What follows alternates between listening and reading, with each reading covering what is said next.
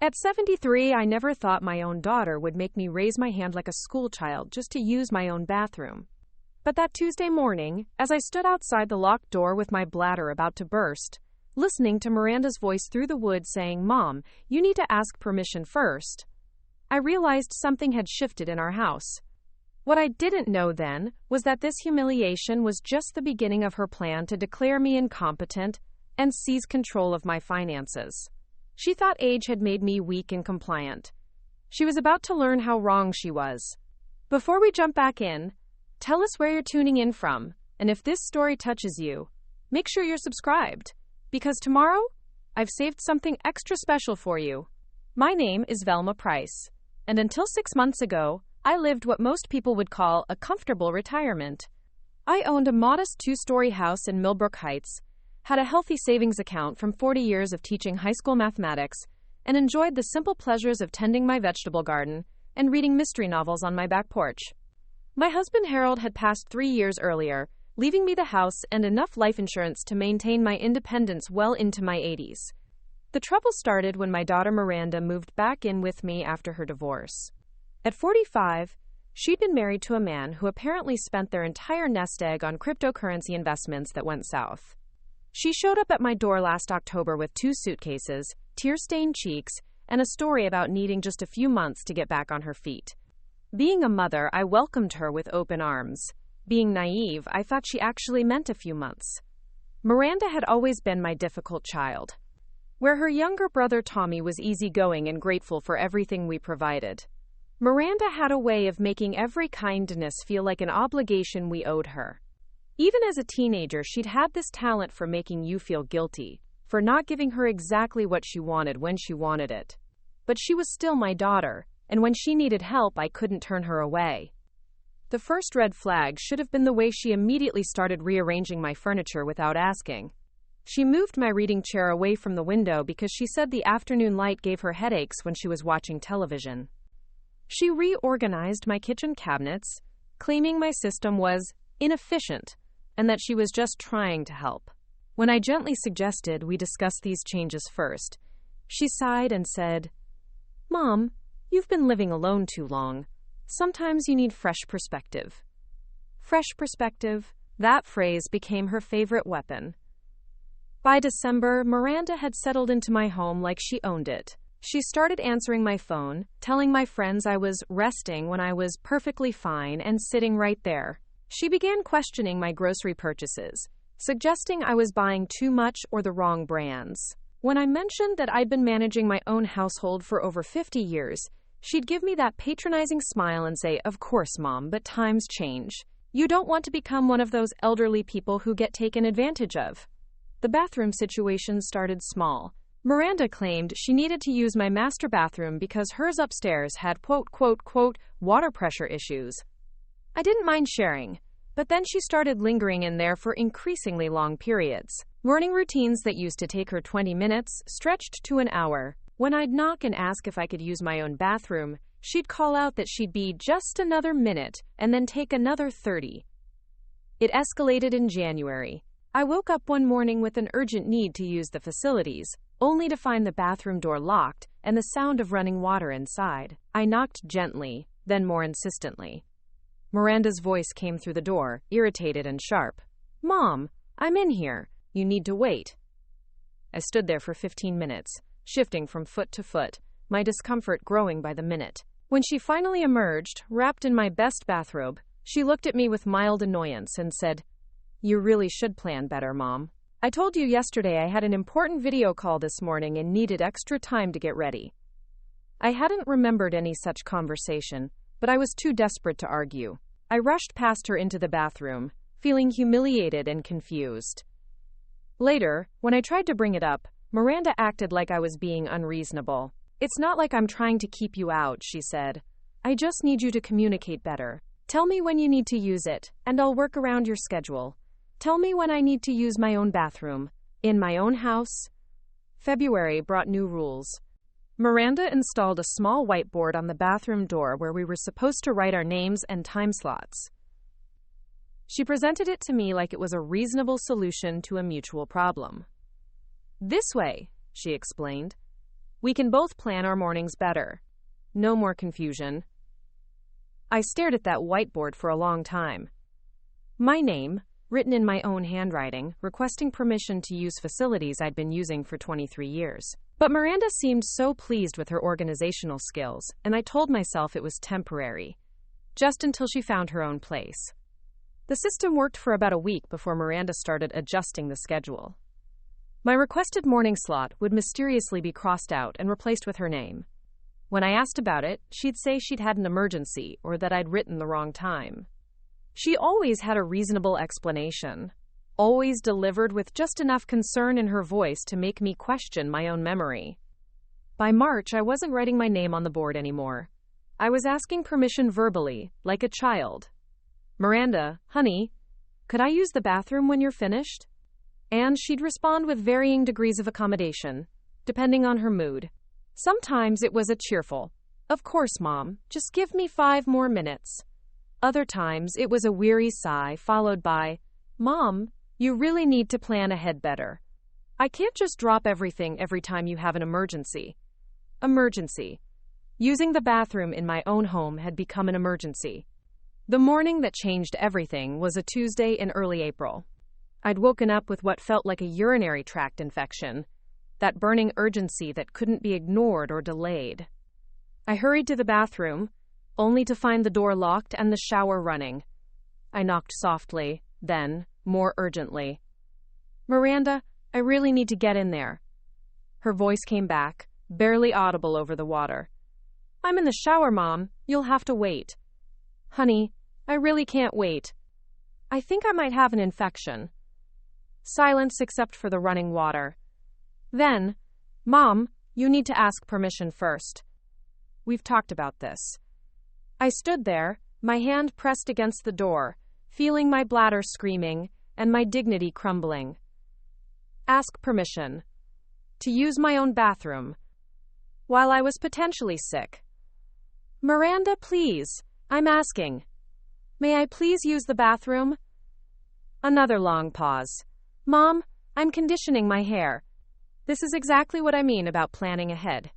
You should have used the bathroom before I got in the shower. I should have used the bathroom before she got in the shower. In my own house, that I'd paid for, that she was living in rent-free." Something cold and hard settled in my chest as I stood there, pressing my legs together like a child, waiting for my own daughter's permission to relieve myself. This wasn't about bathroom schedules or organizational efficiency. This was about control.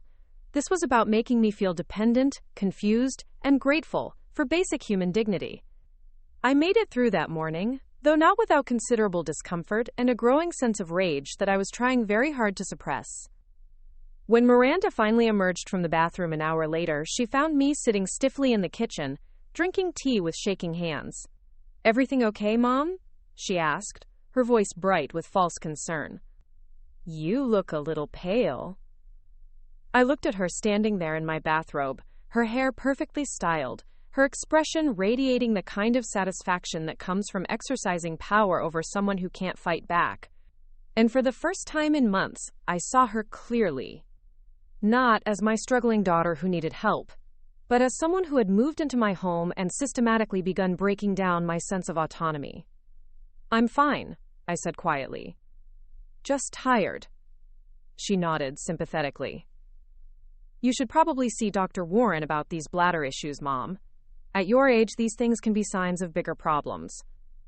Memory issues. Cognitive decline. It might be time to think about getting some help around here. Cognitive decline. There it was, the phrase I'd been unconsciously dreading. She wasn't just controlling my access to the bathroom. She was building a case for my incompetence. That afternoon, I called my neighbor, Ruth Kellerman. Ruth was my age, sharp as a tack, and had been living next door for 15 years. We'd been friends since Harold and I moved to Millbrook Heights, and she was one of the few people who'd known me before Miranda's return. "Ruth," I said when she answered, "can I ask you something? Have I seemed confused to you lately? Forgetful?" There was a pause. "Velma, you're one of the most organized people I know. Why would you ask that?"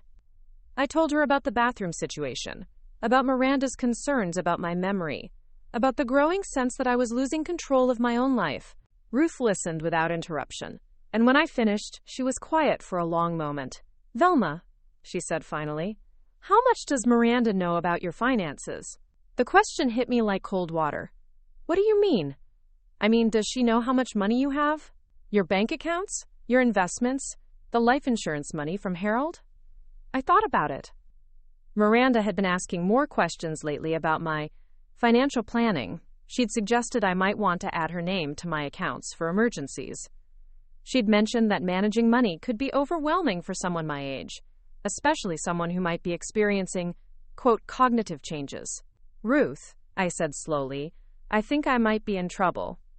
"I think you might be right," she replied. "But Velma, you're not as helpless as she wants you to think you are.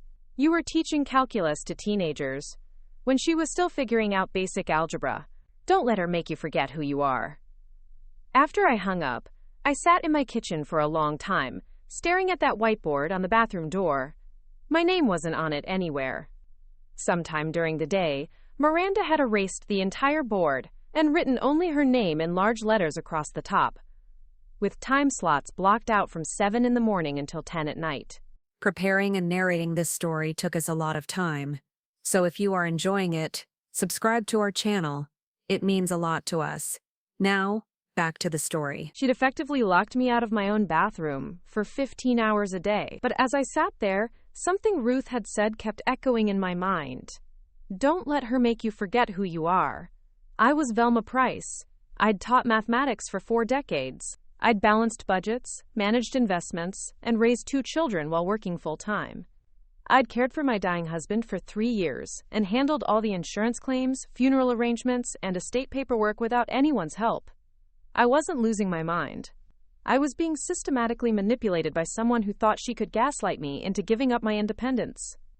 That night, Miranda made dinner for both of us, something she'd started doing regularly. She'd present it as a kindness, but I'd begun to notice that she controlled every aspect of our meals now. What we ate, when we ate, how much I was allowed to take. Tonight was no different.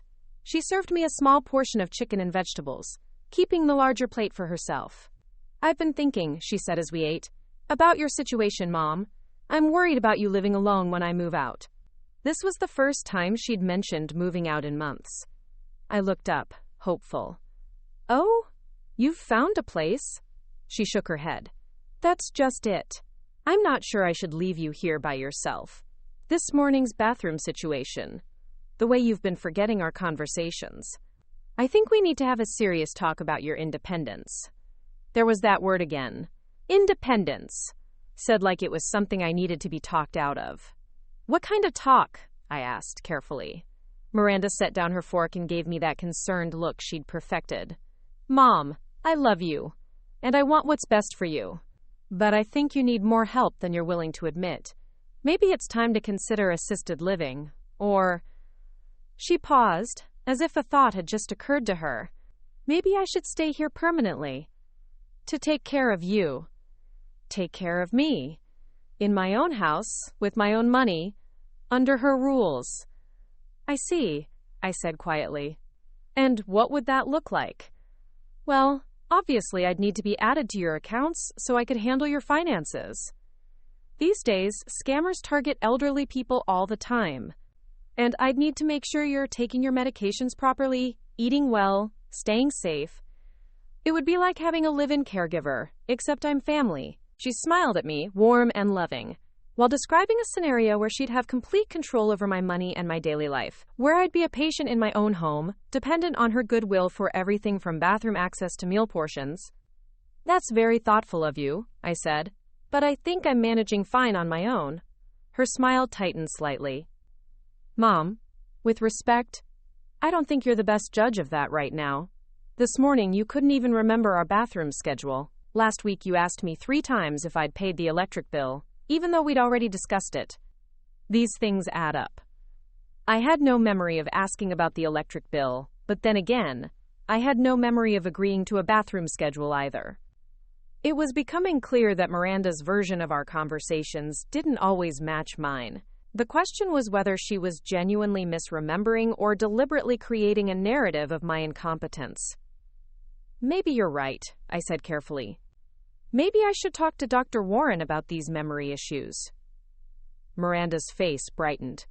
I think that's a great idea. In fact, I'd be happy to come with you. Sometimes patients forget to mention important symptoms, and it helps to have family there to provide context.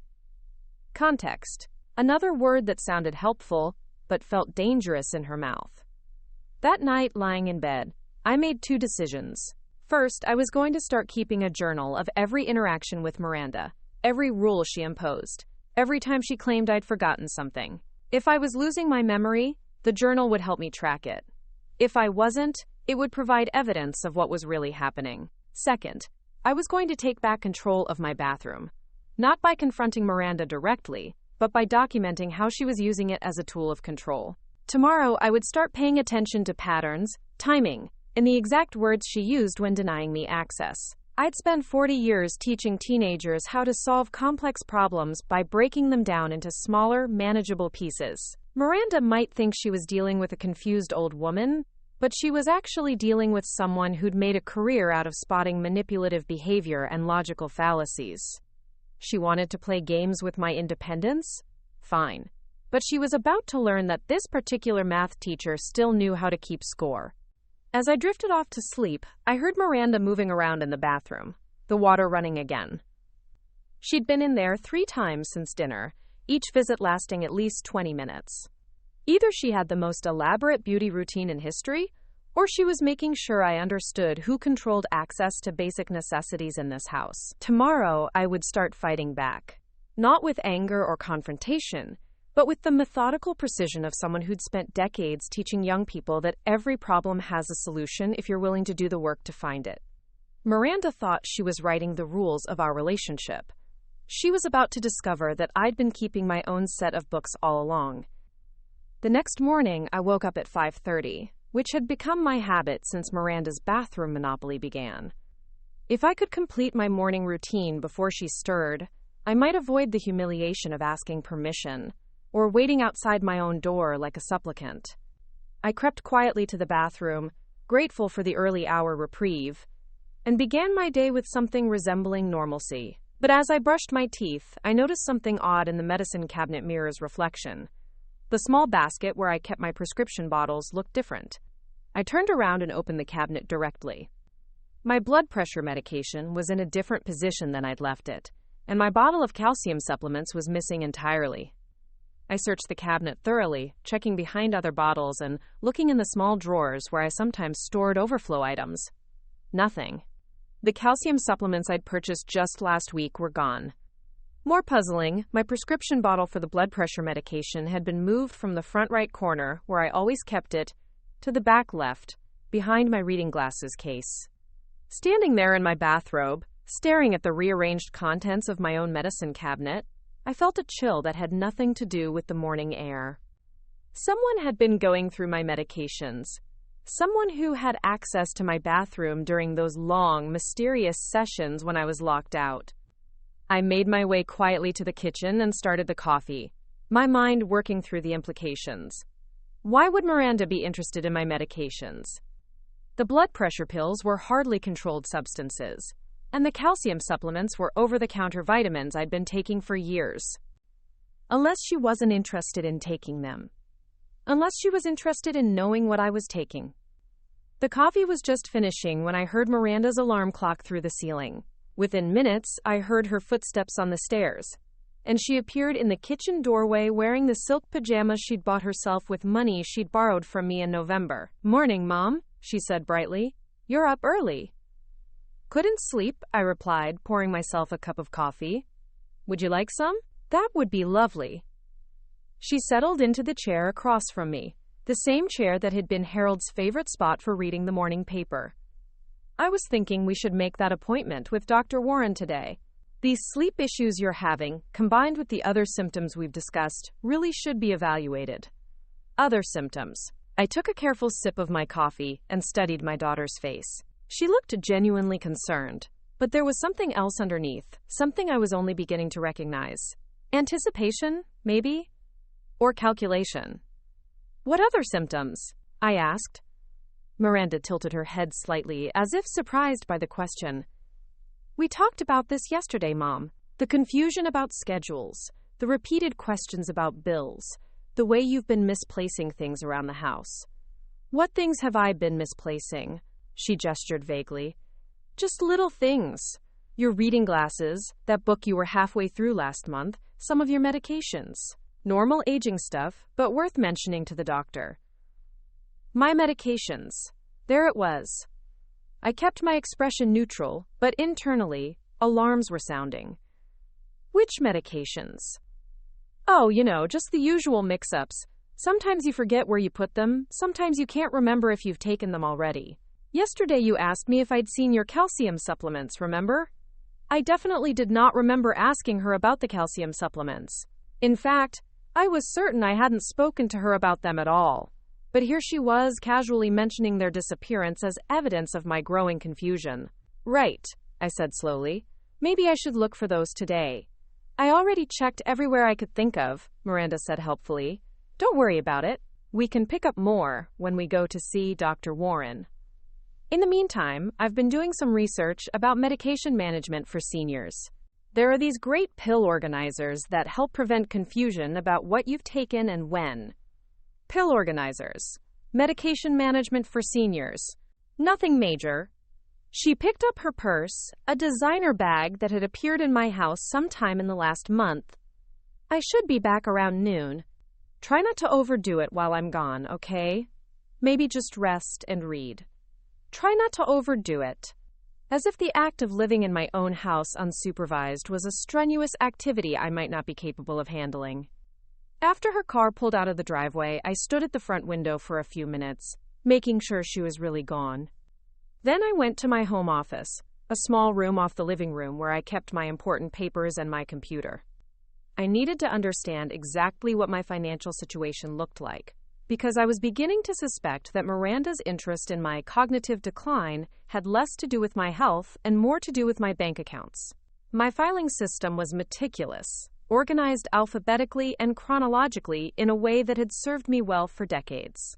Bank statements, investment reports, insurance documents, tax records, everything in its proper place. But as I pulled out my most recent bank statements, I noticed something that made my stomach clench.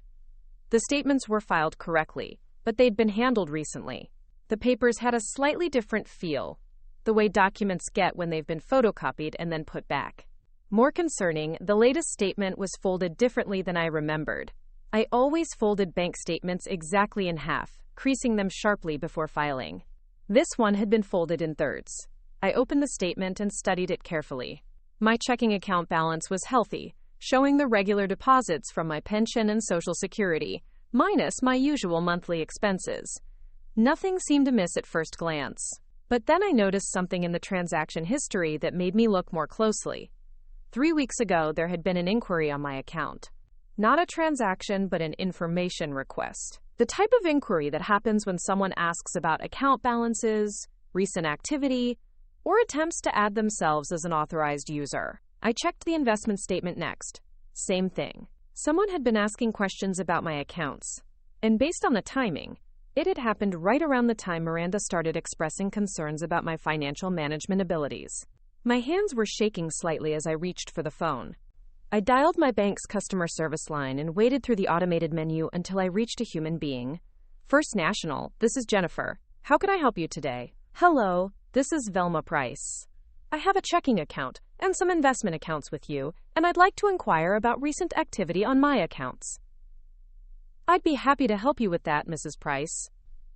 Can you verify your Social Security number and your mother's maiden name for me? I provided the information and waited while she pulled up my accounts. What specific information were you looking for today? I noticed there was an inquiry on my accounts a few weeks ago. I wanted to understand what that was about. There was a pause, the sound of typing. I see the inquiry you're referring to. It looks like someone called asking about adding an authorized user to your accounts. They didn't complete the process, but they did ask about your current balances and whether you had any restrictions on the accounts. My throat felt tight. Do you have a record of who made that inquiry? The call came from someone identifying themselves as your daughter, Miranda Price. They said they were calling on your behalf because you were having trouble managing your finances and needed help. I closed my eyes, feeling the last piece of the puzzle click into place. And what did you tell them? We can't provide account information to unauthorized users, so we told them they'd need to come in with you to add themselves as an authorized user. We also mentioned that any such changes would require documentation showing your consent and mental competency. Mental competency. What kind of documentation? Usually a letter from a doctor confirming that you understand the implications of adding someone to your accounts. Sometimes families also bring in documentation of power of attorney, though that's more complex. I thanked Jennifer and hung up, my mind racing. Miranda hadn't just been randomly concerned about my mental state. She'd been building a case for gaining access to my finances, and she needed medical documentation of my incompetence to make it happen. That's why she was so eager to get me to Dr. Warren. That's why she wanted to come with me to provide context about my symptoms. She was planning to present my bathroom confusion, my alleged medication mix-ups, and whatever other evidence she could manufacture as proof that I needed a guardian for my financial affairs. I spent the next hour going through every document in my filing system, checking for signs that Miranda had been reviewing my financial information. The evidence was subtle but consistent. Papers folded differently, statements that felt like they'd been photocopied, file folders that weren't quite in the exact order I'd left them. She'd been conducting a thorough audit of my assets, and based on what she'd found, she was moving forward with a plan to gain control of them. But as I sat there surrounded by bank statements and investment reports, I realized something important. Miranda might think she was dealing with a confused old woman who'd be easy to manipulate through official channels, but she was actually dealing with someone who'd spent 4 decades teaching teenagers how to game the system. I knew exactly how authority figures thought, how documentation worked, and how to present evidence in a way that would be taken seriously. If Miranda wanted to play the competency game, she was about to discover that I'd been preparing for this kind of intellectual battle longer than she'd been alive. I pulled out a fresh legal pad and began making lists. First, I needed to document every instance of Miranda's manipulation, with dates, times, and witnesses where possible. Second, I needed to secure my financial accounts before she could make another attempt to gain access. Third, I needed to understand exactly what legal protections were available to me as someone being targeted for financial exploitation. And fourth, I needed to start laying the groundwork for my own counterattack. The front door opened at 12:15, and I heard Miranda call out, "I'm home, Mom!" "How was your morning?" "Quiet," I called back, quickly putting away my legal pad and financial documents. "Did you get everything done?" She appeared in the doorway of my office, carrying several shopping bags. "Bank was a bit of a hassle," she said casually. "They have so many new security procedures these days. Makes simple transactions take forever." Simple transactions. What kind of transaction were you trying to make? "Oh, just updating some account information." "Nothing major." She set down her bags and looked around my office with what seemed like casual interest. "You've been working on something?" "Just organizing some old papers," I said, gesturing vaguely at the filing cabinet. "Spring cleaning." Her eyes lingered on the desk, where I'd left out a few innocuous documents to make the story believable. "Mom, you know if you need help with any of that financial stuff, I'm happy to assist. Sometimes these companies try to confuse older customers with complicated paperwork." Older customers. Complicated paperwork. She was really committed to this narrative of my diminishing capabilities. "I think I'm managing fine," I said, "but thank you for offering." That afternoon, Miranda suggested we go through my medication cabinet together to organize everything and make sure I wasn't keeping anything expired. I agreed, curious to see how she'd handle the missing calcium supplements. We stood together in my bathroom, Miranda making cheerful commentary as she examined each bottle. "This blood pressure medication is still current, that's good. Oh, and your multivitamins. Mom, weren't you taking calcium supplements too? I could have sworn you mentioned them." "I was," I said, watching her carefully. "I can't seem to find them anywhere." Miranda frowned thoughtfully. That's strange. Maybe you used them all up and forgot to buy more? It happens. We should add calcium to our shopping list for next week. She delivered the line perfectly, with just the right mix of concern and gentle suggestion that I'd simply forgotten using up a bottle of supplements I'd purchased the week before. If I hadn't known better, I might have believed her myself. You know what might help, she continued, is one of those daily pill organizers. That way you can see at a glance what you've taken and what you still need to take. There it was again, the pill organizer suggestion, presented as a helpful solution to a problem she'd created. That's not a bad idea, I said. Maybe we could pick one up when we go to see Dr. Warren. Actually, I already got you one. Miranda reached into one of her shopping bags and pulled out a large plastic pill organizer with compartments for morning, noon, and evening doses, labeled with the days of the week. I saw it at the pharmacy and thought it might help. I took the organizer and examined it. It was the kind designed for people with serious memory issues, large and clearly labeled. The sort of thing that screamed, "This person cannot be trusted to manage their own medication." This is very thoughtful, I said. Though I wonder if it might be a bit large for just the few medications I take. Oh, but it's better to have too much space than too little, Miranda said brightly. And as we age, we often end up needing more medications. Better to be prepared. As we age, we often end up needing more medications. She was talking about me like I was already deep into cognitive decline, already someone who needed constant supervision and preparation for inevitable deterioration. That evening, Miranda cooked dinner again, another small portion for me and a larger one for herself. As we ate, she brought up the doctor's appointment again. I called Dr. Warren's office while you were napping, she said. They had a cancellation for tomorrow afternoon. I told them we'd take it. I hadn't been napping. I'd been in my office, researching elder law and financial exploitation. But arguing the point would only reinforce her narrative that I was confused about my own activities. That was quick thinking, I said. What did you tell them the appointment was for? Just a general wellness check. I mentioned that you've been having some memory concerns and wanted to discuss them with the doctor. Memory concerns. Not that she was concerned about my memory, but that I was having memory concerns. A subtle but important distinction that positioned me as someone who recognized my own cognitive problems. I appreciate you making the appointment, I said carefully, but I'm not sure I need you to come with me. I've been seeing Dr. Warren for 8 years. I think I can handle a routine checkup. Miranda's fork paused halfway to her mouth.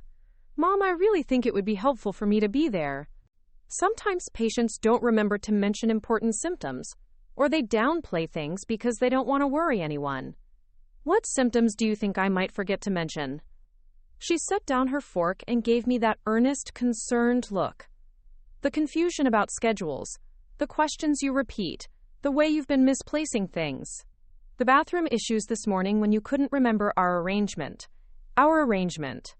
She'd taken to calling her bathroom monopoly an arrangement, as if it was something we'd mutually agreed upon, rather than something she'd imposed through systematic manipulation. I see, I said. And you think Dr. Warren needs to know about these things? I think Dr. Warren needs to have a complete picture of what's been happening so he can make the best recommendations for your care. Recommendations for your care. Not your health, but your care. The language of someone who needs supervision, management, external decision-making. After dinner, I excused myself to go read in my bedroom, but instead I went to my office and continued my research. I'd found several articles about financial exploitation of elderly people, and the patterns Miranda was following were textbook examples of what experts called, quote, grooming for guardianship. The process typically began with isolating the target from outside support systems, then creating evidence of incompetence through manipulation and gaslighting. The perpetrator would arrange for medical evaluations while providing context that supported their narrative of the victim's declining abilities. Once they had medical documentation of incompetence, they could petition for guardianship or power of attorney, giving them legal control over the victim's finances. It was a sophisticated form of theft that relied on the victim's trust and the tendency of medical professionals to believe concerned family members over confused elderly patients. But I wasn't confused. I was being systematically manipulated by someone who thought I was too old and too trusting to recognize what was happening. Tomorrow's doctor's appointment was clearly intended to be a crucial step in Miranda's plan. She'd bring Dr. Warren a carefully curated list of my supposed symptoms, present herself as a devoted daughter concerned about my safety, and leave with medical documentation that I was no longer competent to manage my own affairs, unless I got there first. I picked up the phone and dialed Drive, Warren's office. The answering service picked up, but I asked to be transferred to the urgent message line. "This is Velma Price," I said after the beep. "I have an appointment tomorrow afternoon, but I need to speak with Dr. Warren before then. It's regarding some concerns about my mental competency that may be discussed during the appointment. Please have him call me as soon as possible." If Miranda wanted to play games with medical authority, she was about to learn that I still knew how to use official channels to protect myself. I spent the rest of the evening documenting everything I could remember about the last few months. Miranda's gradual takeover of my bathroom, her claims about my repeated questions and memory lapses, her sudden interest in my financial management, and her insistence on accompanying me to medical appointments. By the time I went to bed, I had 8 pages of detailed notes about her behavior patterns, specific examples of her manipulation tactics, and a growing understanding of how she'd planned to use tomorrow's appointment to advance her agenda. Miranda thought she was dealing with a confused old woman who'd gratefully accept supervision in exchange for her daughter's continued presence in her life. She was about to discover that she was actually dealing with someone who'd spent 40 years teaching critical thinking to people exactly her age. The bathroom games had been humiliating, but they'd also been educational. They'd taught me exactly how far Miranda was willing to go to break down my sense of autonomy and self-respect. Tomorrow, I was going to start teaching her a few lessons of my own. Dr. Warren called me back at 7:30 that evening, just as I was finishing my documentation for the day. His voice carried the warm concern I'd come to appreciate over our 8-year doctor-patient relationship. "Velma, I got your message about mental competency concerns. That's quite a serious matter. Can you tell me what's prompting this?" I took a deep breath, knowing that this conversation could determine whether I maintained control of my life or lost it to Miranda's machinations. "Dr. Warren, my daughter has been living with me since October, and she's been increasingly concerned about my memory and cognitive abilities. She's planning to accompany me to tomorrow's appointment to discuss these issues with you." "I see. And how do you feel about these concerns?" "I believe they're fabricated. I think my daughter is trying to build a case for my incompetence so she can gain access to my financial accounts." There was a pause. Dr. Warren had known me for nearly a decade, had seen me through Harold's illness and death, had watched me manage complex medical decisions and insurance claims with perfect clarity. "That's a very serious accusation, Velma. What makes you think this?" I spent the next 20 minutes walking him through everything. Miranda's bathroom control tactics, her claims about conversations I couldn't remember, the missing medications, the bank inquiry about adding her to my accounts, her insistence on managing my pill regimen and accompanying me to medical appointments. Dr. Warren listened without interruption, occasionally asking for clarification or specific dates. When I finished, he was quiet for a long moment. "Velma, based on our long relationship, I can tell you that you sound completely lucid and rational to me right now. Your memory of dates and events is precise, your reasoning is clear, and your concerns are well articulated. That said, I need to conduct a proper evaluation before I can make any formal determinations about your mental competency." "I understand. But, Dr. Warren, I'm worried that if Miranda is present during the evaluation, she'll present information that could bias your assessment. Would you prefer to see me alone first?" "Yes, I would. I'd like the opportunity to present my perspective before she has a chance to influence your opinion." "That's perfectly reasonable. Can you come in early tomorrow? Say around 11? That would give us time for a thorough evaluation before your scheduled appointment." Relief flooded through me. "Yes, absolutely. Thank you for taking this seriously." "Velma, if what you're describing is accurate, this is a form of elder abuse. I have a legal obligation to take it seriously. We'll figure this out together." After I hung up, I felt something I hadn't experienced in months: hope. Dr. Warren knew me, trusted my judgment, and was willing to evaluate the situation objectively. Miranda might think she had all the pieces in place for tomorrow's appointment, but she was about to discover that I'd already rearranged the game board. I spent the evening preparing for my early appointment with the same methodical approach I'd once used to prepare lesson plans. I organized my documentation chronologically, created a timeline of Miranda's escalating control tactics, and prepared specific examples of her attempts to manufacture evidence of my incompetence. Most importantly, I prepared myself mentally for what was likely to be a hostile confrontation when Miranda discovered that I'd undermined her carefully laid plans. The next morning, I woke up at 5 as usual, but instead of trying to sneak into the bathroom before Miranda woke up, I deliberately made noise in the kitchen. I wanted her to know I was awake and moving around, wanted her to come downstairs and start her usual routine of controlling my access to basic facilities. She appeared in the kitchen at 6:15, wearing the silk pajamas that had become a symbol of how comfortable she'd made herself in my home. "You're up early again, Mom. Still having trouble sleeping?" "A little," I said, pouring myself coffee. "I was thinking about our appointment with Dr. Warren today." "I'm so glad we're finally addressing these issues," Miranda said, settling into Harold's chair. "I think once Dr. Warren understands what's been happening, he'll be able to recommend some good solutions." Solutions. Not treatments for medical problems, but solutions for managing an incompetent person. "What kind of solutions do you think he'll recommend?" I asked. Miranda's face took on that practiced expression of loving concern. "Well, depending on what he finds, he might suggest medication to help with the memory issues. Maybe some kind of daily care assistance. Or he might recommend that someone closer to you take a more active role in managing your health and finances." Someone closer to you. She couldn't quite bring herself to say me, but the implication was clear. "I see. And you'd be willing to take on that role?" "Of course, Mom. I know it would be a big responsibility, but you're my mother. I want to make sure you're safe and well cared for." Safe and well cared for. Like a pet or a child who couldn't be trusted to make decisions. "That's very generous of you," I said. "I hope Dr. Warren appreciates how lucky I am to have such a devoted daughter." Miranda's smile was radiant. "I just want what's best for you." At 8 o'clock, Miranda began her morning bathroom routine. I listened to the water running, the hairdryer humming, the various sounds of someone taking their time in a space they'd claimed as their own. By 9:30, when she finally emerged, I was sitting in the living room, dressed and ready to go.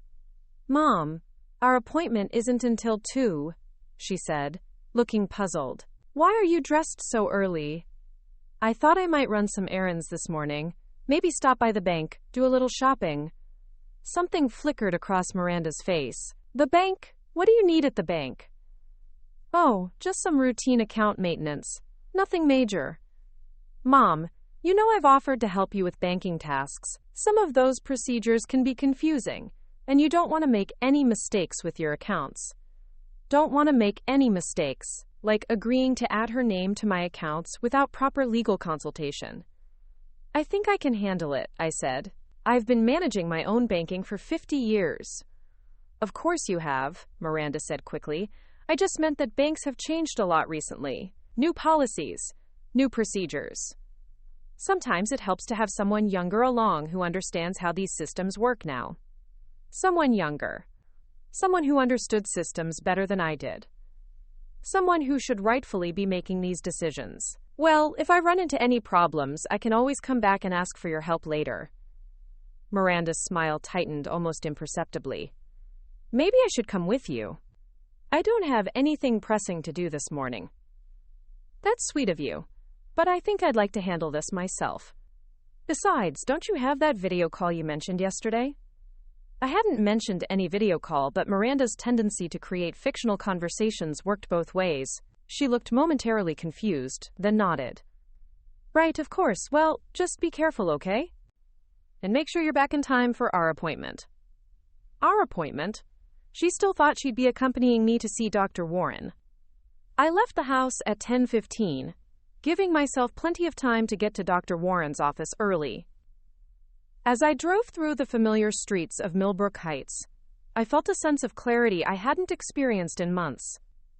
For the first time since Miranda had moved back in, I was taking action instead of simply reacting to her manipulations. Dr. Warren's office was in a small medical complex on the east side of town, surrounded by the kind of mature oak trees that made you feel like you were visiting a trusted friend rather than submitting to a medical examination.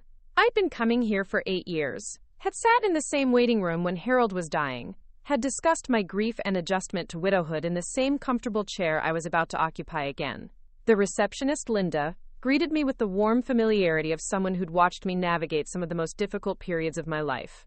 "Velma, you're early for your appointment." Dr. Warren asked me to come in a bit ahead of schedule. "We have some things to discuss before the regular appointment time." Linda checked her computer screen and nodded. "He mentioned that. He's just finishing up with another patient, but he should be ready for you in a few minutes." I settled into the waiting area with my folder of documentation, mentally rehearsing how I wanted to present the situation. I needed to be clear, factual, and objective. I couldn't afford to sound paranoid or emotional, couldn't give Dr. Warren any reason to think that Miranda's concerns about my mental state might be valid. "Velma?" Dr. Warren appeared in the doorway to his office, tall and reassuring in his white coat. "Come on back." Dr. Warren's office hadn't changed much over the years. The same diplomas on the wall, the same photographs of his family on his desk, the same sense of calm competence that had made him easy to trust during Harold's illness. He gestured for me to take a seat in the chair facing his desk, then settled into his own chair with a serious expression. "I've been thinking about our conversation last night," he said. "Before we get into the specifics of your concerns, I'd like to conduct a standard cognitive assessment. That way, if anyone questions your mental competency in the future, we'll have baseline documentation of your current state." That makes perfect sense. For the next 30 minutes, Dr. Warren put me through a series of tests I recognized from my research into dementia and cognitive decline. Memory exercises, problem-solving tasks, questions about current events and personal history. I answered everything clearly and accurately, feeling more confident with each correct response. When he finished, Dr. Warren leaned back in his chair and smiled. "Velma, I can tell you definitively that your cognitive function is completely normal for someone your age. In fact, your memory and reasoning skills are sharper than many people 20 years younger." Relief flooded through me, followed immediately by anger. Miranda had been trying to convince me that I was losing my mind, when my mind was working perfectly fine. "Now," Dr. Warren continued, "let's talk about what's been happening at home." I opened my folder and walked him through everything systematically. The bathroom control, the medication tampering, the bank inquiries, the manufactured evidence of memory problems. Dr. Warren took notes as I spoke, occasionally asking for clarification or additional details. When I finished, he set down his pen and looked at me seriously. "Velma, what you're describing is a textbook case of financial exploitation and psychological abuse. Your daughter appears to be using isolation tactics and gaslighting to create evidence of incompetence that she can use to gain control of your assets." Hearing it stated so clearly by a medical professional felt like validation and vindication rolled into one. "So I'm not imagining this?" "You're absolutely not imagining this.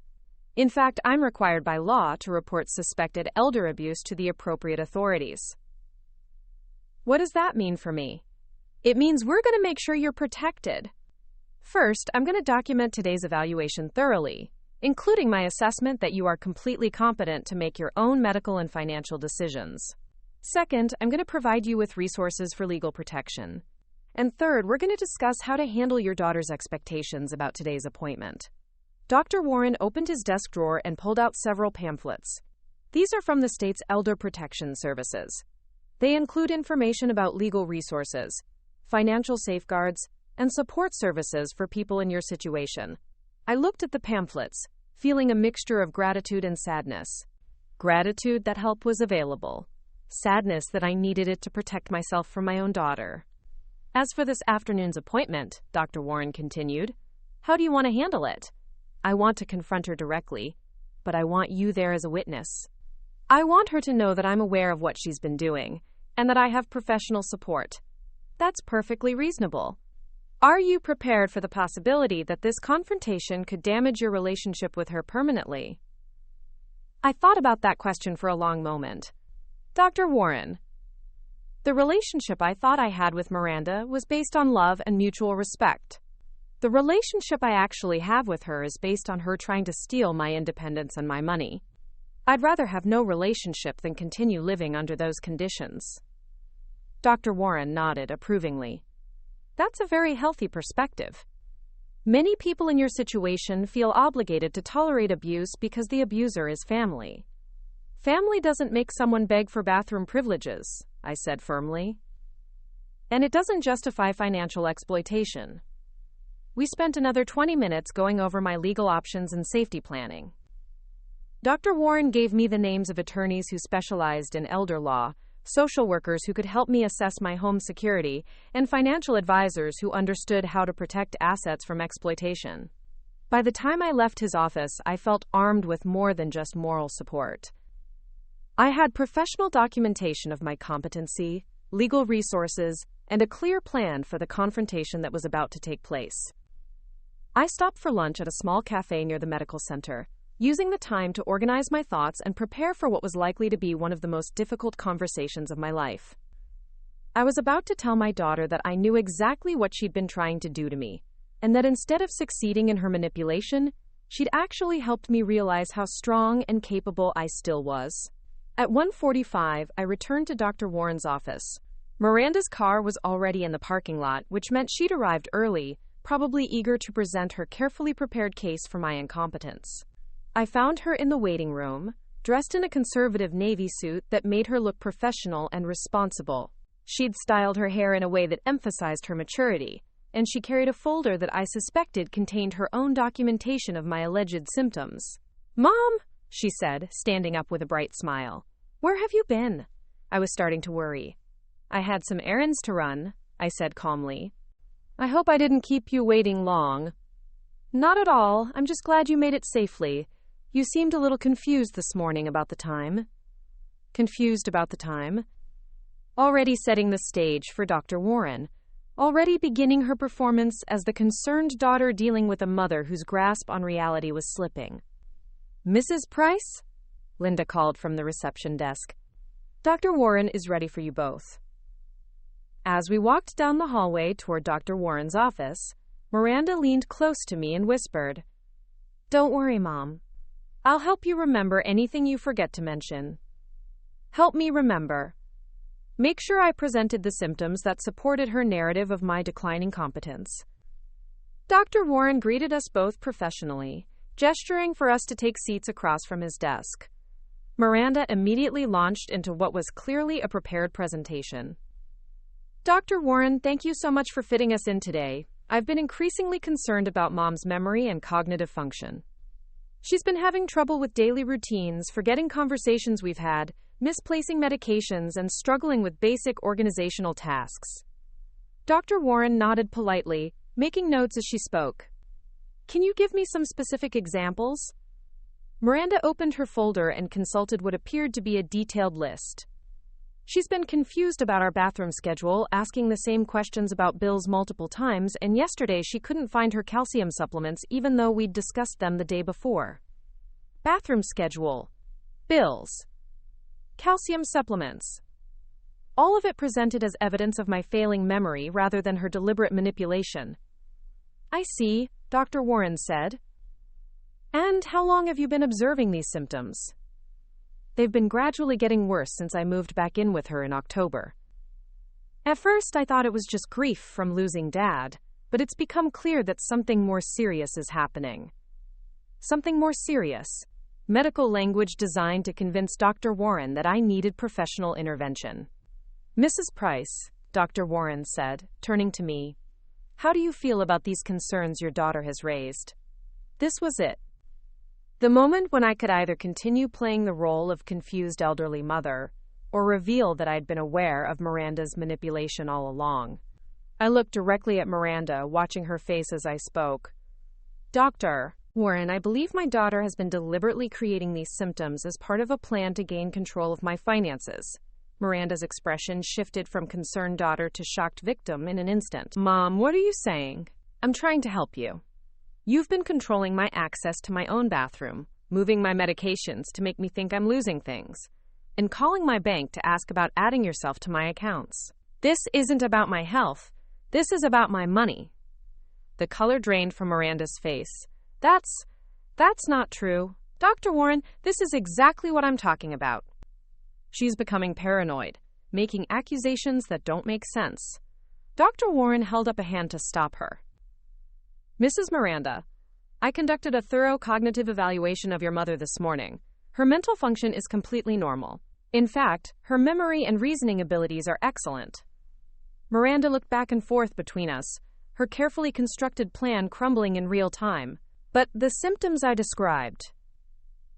you described appear to be the result of manipulation and psychological abuse, Dr. Warren said firmly. Your mother has documented evidence of your attempts to control her daily activities and gain access to her financial accounts. I opened my own folder and pulled out copies of my bank statements showing the inquiry Miranda had made, photographs of my medication cabinet before and after she'd moved things around, and my detailed timeline of her escalating control tactics. Miranda stared at the evidence, her mouth opening and closing as she struggled to find a response. This is insane. I was trying to help her. She obviously can't take care of herself anymore. Actually, Dr. Warren said, your mother is perfectly capable of taking care of herself. What she can't do is live safely in a home where someone is systematically undermining her autonomy and attempting to steal her assets. The word steal hit Miranda like a physical blow. I'm not stealing anything. I'm her daughter. I have a right to be concerned about her welfare. You have a right to be concerned, I said quietly. You don't have a right to manipulate me into giving you control of my finances. Miranda turned to face me fully, and for the first time in months, I saw her without the mask of loving concern. Her expression was cold, calculating, and filled with something that looked very much like hatred. You've been planning this, she said. You've been setting me up. I've been protecting myself, I replied. The way you taught me to by showing me exactly what you were capable of. Dr. Warren cleared his throat. Mrs. Miranda, I'm going to have to ask you to leave now. I need to discuss some additional safety planning with your mother. Miranda stood up abruptly, her folder scattering papers across the floor. This isn't over, she said, looking directly at me. You can't just throw away your family because some doctor fills your head with paranoid ideas. I'm not throwing away my family, I said calmly. I'm choosing not to be victimized by someone who thinks my age makes me an easy target. After Miranda stormed out, slamming the office door behind her, Dr. Warren and I sat in silence for a moment. Then he leaned forward and spoke seriously. Velma, I want you to understand that this confrontation may have escalated the situation. People who engage in financial exploitation often become more aggressive when their plans are exposed. What are you recommending? I think you should consider having someone stay with you for a few days. Or staying somewhere else yourself. I also think you should contact an attorney immediately to protect your assets and potentially seek a restraining order. I nodded, feeling both relieved and apprehensive. I'd won this battle, but the war for my independence was far from over. Dr. Warren, I have one more question. In your professional opinion, am I capable of making decisions about my own living situation and finances? Absolutely. And I'll put that assessment in writing for your attorney. As I drove home from Dr. Warren's office, I felt a sense of accomplishment mixed with uncertainty about what I'd find when I got there. Miranda might have left the doctor's office in anger, but she'd be returning to a house where she'd been living rent-free for 6 months, surrounded by all the assets she'd been planning to control. This confrontation had been necessary, but it was only the beginning of what I suspected would be a much longer and more difficult process of reclaiming my life from someone who'd never intended to give it back voluntarily. The game had changed, but it was far from over. The first thing I noticed when I pulled into my driveway was that Miranda's car was gone. The second thing I noticed was that my front door was standing wide open, which sent a chill of alarm through me that had nothing to do with the cool April afternoon. I sat in my car for a moment, considering my options. Dr. Warren had warned me that exposing Miranda's manipulation might escalate the situation, and an open front door suggested that escalation had already begun. I could call the police, or I could go inside and assess the damage myself. Given that this was my home and I'd spent the last several months learning to stand up for myself, I chose the latter. The living room looked like a tornado had swept through it. Couch cushions were scattered across the floor, my bookshelf had been partially emptied with volumes strewn everywhere, and the contents of my desk drawers were spread across the coffee table. But this wasn't random destruction. This was a targeted search, and I had a sinking suspicion I knew what Miranda had been looking for. I hurried to my home office, my heart pounding as I approached the filing cabinet where I kept my important documents. The lock had been broken, and every drawer had been pulled out and rifled through. Financial statements, insurance policies, tax returns, and investment records were scattered across the floor like fallen leaves. But as I knelt down and began gathering the papers, I realized something important. Everything was still there. Miranda had clearly been searching for something specific, but she hadn't taken anything with her. Which meant either she hadn't found what she was looking for, or she'd been interrupted before she could complete whatever she'd intended to do. I spent the next hour methodically going through every room in the house, documenting the damage and checking for missing items. The pattern was consistent throughout. Miranda had searched everywhere but had taken very little. Her own belongings were gone from the guest room upstairs, along with some of my jewelry, and $200 in cash I'd kept in my bedroom drawer for emergencies. What she'd left behind told a more interesting story. On my kitchen counter, she'd left a handwritten note that made my blood run cold. "Mom, I hope you're proud of yourself. You've chosen strangers over your own daughter, and you've ruined our family based on paranoid delusions. When you're sitting alone in this house with no one who cares about you, remember that you did this to yourself. Don't expect me to come running when you realize you've made a terrible mistake. You're on your own now, just like you wanted." The note was signed with a flourish that reminded me of the signature practice I'd witnessed her doing months earlier, when I'd assumed she was just being playful. Now I understood she'd been perfecting her ability to forge my handwriting. But there was something else on the counter that made me smile despite the circumstances. Next to Miranda's bitter farewell note was a stack of documents she'd apparently abandoned in her haste to leave. Legal forms for power of attorney, guardianship applications, and what appeared to be a petition for mental competency evaluation. She'd been further along in her planning than I'd realized. These weren't documents you could get overnight. She'd been preparing this legal assault on my independence for weeks, possibly months, waiting for the right moment to implement her strategy. I gathered up all the forms and added them to my own documentation folder. If Miranda thought this situation was over, she was about to learn otherwise. My phone rang while I was cleaning up the last of the destruction in my living room. I expected it to be Dr. Warren checking on me, or possibly Miranda calling to deliver more threats. Instead, it was my neighbor Ruth. "Velma, are you all right? I saw someone leaving your house in quite a hurry, and your front door was standing open." "I'm fine, Ruth. It was just Miranda. We had a disagreement, and she's moved out." "A disagreement that involved leaving your front door open and speeding away like she was fleeing a crime scene." I laughed despite myself. Ruth had always been observant, and she had a way of cutting through euphemisms to get to the heart of things. "It's a long story. Would you like to come over for tea?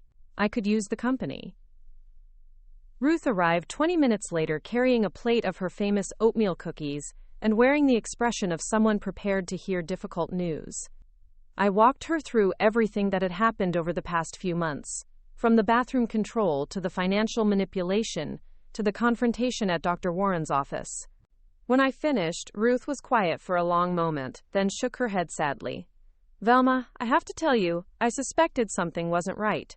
Miranda always seemed to be answering your phone when I called, and the few times I did talk to you directly, she was hovering in the background making faces like you were saying something embarrassing. Why didn't you say anything?" "What could I say? I think your daughter is trying to control you." "You would have thought I was interfering, and you might have been right. Family dynamics are complicated, and outsiders don't always understand what's really happening." Ruth's honesty was both painful and validating. Miranda's manipulation had been subtle enough that even close friends had noticed something was wrong but hadn't felt comfortable intervening. "What are you going to do now?" Ruth asked. "I'm going to make sure she can never try this again with me or anyone else," I said firmly. Dr. Warren gave me the name of an attorney who specializes in elder abuse cases. I'm calling him first thing tomorrow morning. Good for you. And Velma? You're not alone in this. I know Miranda's note tried to make you feel isolated, but you have friends who care about you and see you clearly. After Ruth left, I spent the evening researching the attorney Dr. Warren had recommended. Marcus Chen had been practicing elder law for 15 years and had a reputation for aggressive advocacy on behalf of clients who'd been financially exploited by family members. His website included testimonials from people who'd been in situations remarkably similar to mine, and reading their stories made me feel less alone and more determined. I called his office first thing the next morning and was surprised when he answered the phone himself. Mr. Chen, this is Velma Price. Dr. Warren gave me your name. I believe my daughter has been attempting to manipulate me into giving her control of my finances, and I need legal protection. I'm sorry to hear you're dealing with this, Mrs. Price. Unfortunately, what you're describing is more common than most people realize. Can you come in today? I have an opening at 2 o'clock.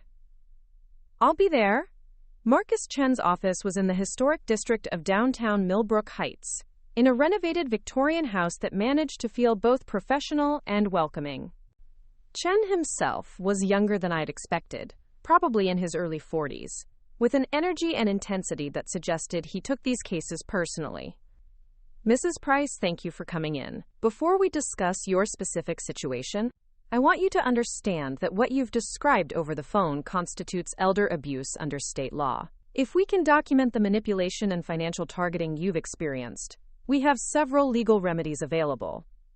I opened my folder and spread out everything I'd collected over the past several weeks.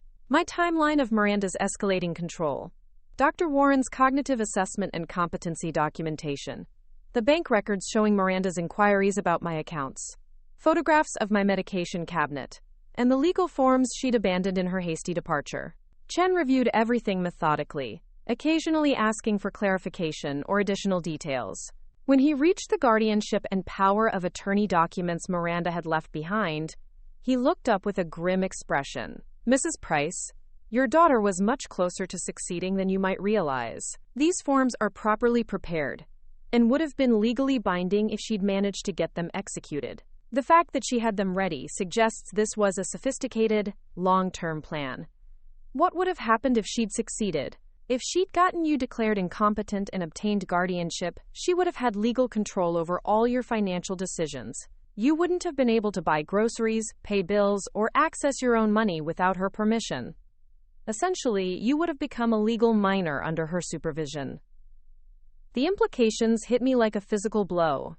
Miranda hadn't just been planning to steal my money. She'd been planning to steal my entire adult identity, to reduce me to the status of a child who needed permission for everything. Can we stop her from trying this again? Absolutely. We're going to file several protective measures. First, a restraining order that prevents her from contacting you or entering your property. Second, we'll place alerts on all your financial accounts to prevent anyone from adding themselves without your explicit consent and legal representation. Third, we'll file a formal complaint with Adult Protective Services documenting the abuse you've experienced. Will that be enough? Chen leaned back in his chair, his expression serious. Mrs. Price, I need to be honest with you. People who engage in this kind of systematic manipulation don't usually give up after one failed attempt. Your daughter may try to contact other family members to convince them that you're mentally ill and need supervision. She may attempt to have you involuntarily committed for psychiatric evaluation. She may even try to reconcile with you as a way of getting back into your home and resuming her manipulation. What do I do if any of those things happen?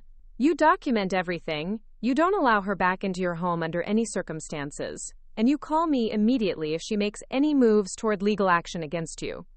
We spent the next 2 hours preparing the necessary paperwork. Chen was thorough and methodical, making sure every detail was properly documented and every legal protection was in place. By the time I left his office, I felt like I was surrounded by an invisible wall of legal shields that Miranda couldn't penetrate. The restraining order was processed and served within 48 hours. Miranda was officially prohibited from contacting me directly, coming within 500 feet of my home, or attempting to access any of my financial accounts. The violation of any of these terms would result in immediate arrest. I thought that would be the end of it. I was wrong. 3 days after the restraining order was served, my son Tommy called me from Seattle. Tommy and I had a good relationship, though we didn't talk frequently due to the distance and his demanding job as a software engineer.